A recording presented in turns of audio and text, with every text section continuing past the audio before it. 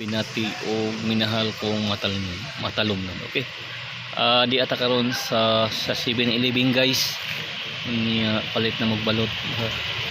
Di ata rin posting kay mingo mga ato ang Matalom Boulevard niya, ari lang ta sa 7-Eleven o ganahan mo palit, na ay available dere sa 7-Eleven Matalom guys niya, at bang sa Matalom Fire Station. Iwan ni guys, okay, katong gunahan mo palithan natay available nga balot karon di ay October 29, 2022. Okay, narata diri sa 7-Eleven.